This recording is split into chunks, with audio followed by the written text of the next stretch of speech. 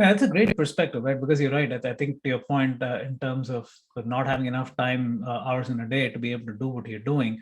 But the other aspect of it is also you touched upon the organizational support. And this goes beyond the CISO to her or his organization as well, right? When you do embrace people with diverse backgrounds and people that you may not be able to relate to because of their socioeconomic status may be different, the way they approached life and education may be different, as well as neurodiversity.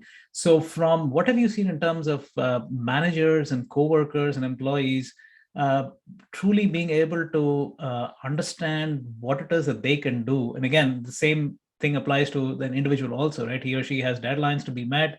And here I'm taking an extra step to understand this individual so that we can work better. So almost like this is you have to go through extra levels of investment in order to see the dividends.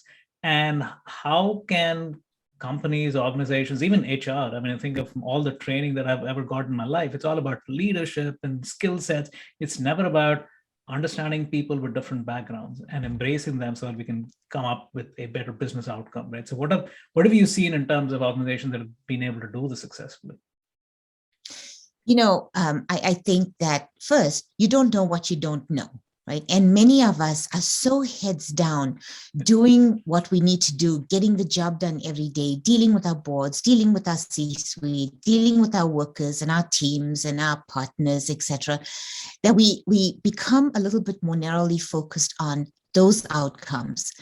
And if you don't actually look at the world holistically and actually see what dynamics are changing in the world around us, I think we miss some of these important points. And like I said, you don't know what you don't know. So I do think that there's an opportunity here for organizations who support this kind of characteristics or traits to do more in the way of outreach and education, write more about these topics, talk more about these topics, share more information so that people who are heads down getting their jobs done can actually have some indication of how to understand this topic, where to go for information, how to create, a better, more inclusive workforce that includes this unique and newer into the workforce characteristic.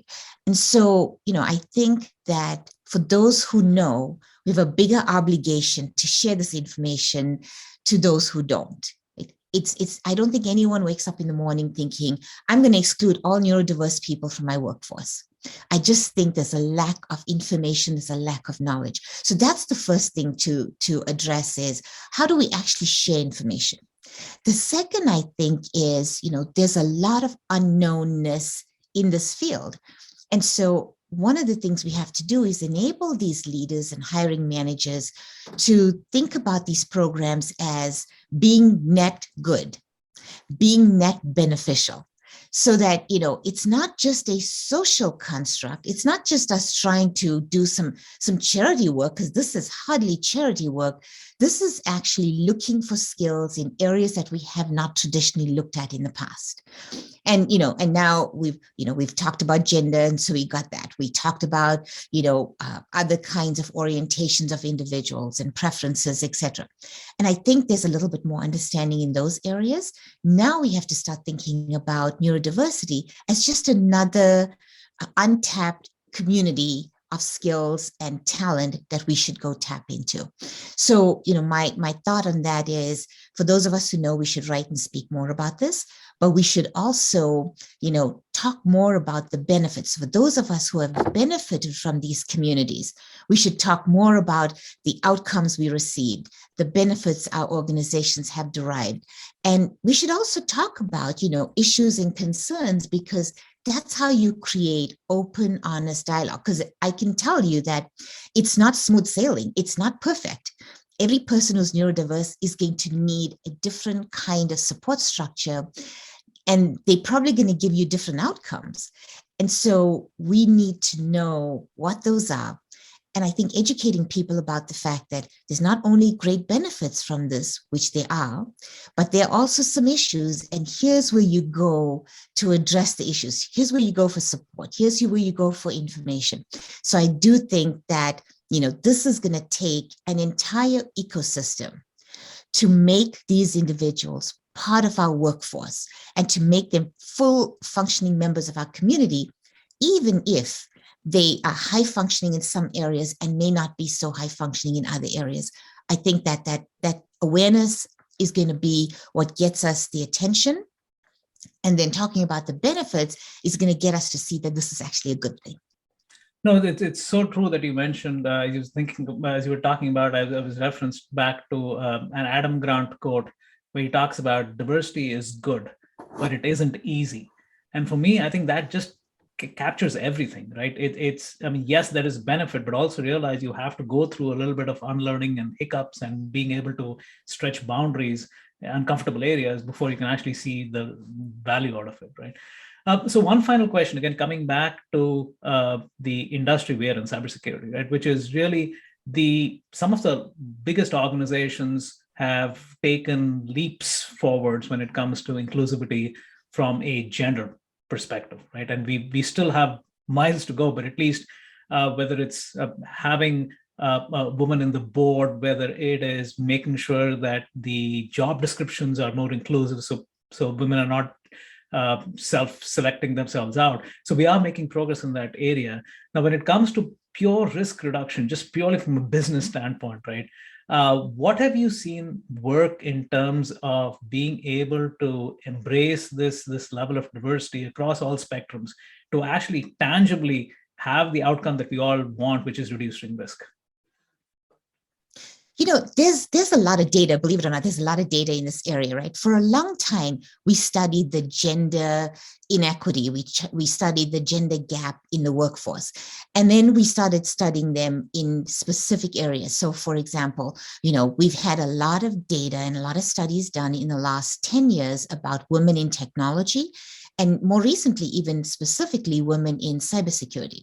And if you actually go back to the data, for at least 5 or 6 years, the number of women in security stayed at 11%. You know, and they may have just varied just a little, 0.5% up, 0.5% down, but it kind of sort of stayed in that area. All of a sudden, when we started having these conversations and we started holding leaders accountable for creating a diverse workforce in gender, we saw a significant increase. And if you look in the last 2 years, you're probably seeing that number getting, you know, just a little north of 20% in terms of that gender equity in the workforce. And so what I like to think is that, you know, we have a baseline, and as we continue to collect more data, apply more programs, develop more programs, we should just continue to track the data. And let's see if we're making a difference. And, you know, without significant effort, investment, and programs, you wouldn't have gotten that female population to move from that 10 or 11% number to like over 20. And I actually would like to think, I think this past year was probably closer to 24, 25. Now, if you just think about neurodiverse people, right, they're about 2% of the population that are diagnosed as being neurodiverse. Now, we all know that this is another one of those conditions that goes significantly undiagnosed. So at minimum, we know that the amount of people in this community are 2% or more. Okay? We also know that out of that community of 2%, only about 29% will have paid jobs through their lifetime. What we really want to do is, and so we've got a baseline, what we really want to do is move those numbers. And you know what? Even if we move them slowly, that's still progress. And then at some point, when there's a significant understanding in the industry and organizations are supporting these kinds of recruiting mechanisms, training mechanisms, skill development mechanisms, we can then start to accelerate. But we have to start somewhere. And I think this is a good place to start. And so, you know, why don't we set ourselves the goal that says, okay, this year we are 2%, you know, and 29% of the employed. Why don't we try to double that number? Let's make it 60% of the 2% that are gainfully employed. And so I think that data is going to matter, metrics are going to matter, and then following the progress is going to matter. And even if we make incremental and slow gains, it's okay, because at some point when we have critical mass, then you start to accelerate that and you start to look for exponential growth. But I still think that we have to start somewhere, this is the best place to start, is to say, what do we know? We know 2% of the people are diagnosed this way. Let's encourage more people to get diagnosed if they indeed belong in that community. Let's then look at the 29% number. Let's figure out how to move that number forward. And then let's figure out, as the number of diagnosed cases increases, how do we continue to increase that 29% for that new community, for those new numbers? I just feel like it's going to take work. And you said it perfectly. This is not easy, but it is necessary. If we are going to build the workforce of the future, we do not have enough people to get us to that future. We need everyone to build skills. We need to extract, and we need to find the unique talent that exists, no matter where they exist, no matter what it might look like. We need to look for those skills, because the future of business depends on the future of a strong workforce. And that strong workforce can only scale to support our businesses if it is truly inclusive, and if we're looking in non-traditional places to develop those skills that we're going to need for the future.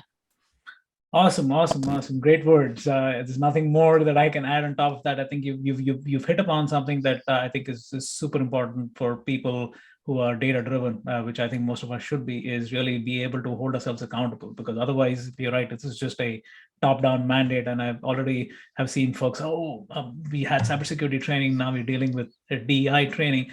That's not how to do it, right? It's just to actually get people to truly understand, hey, we're moving the needle from A to B, and this is the impact it's going to have, and collectively get people to be part of the process, right? Rather than just treat this as yet another headache training, which doesn't do any good for anybody, right?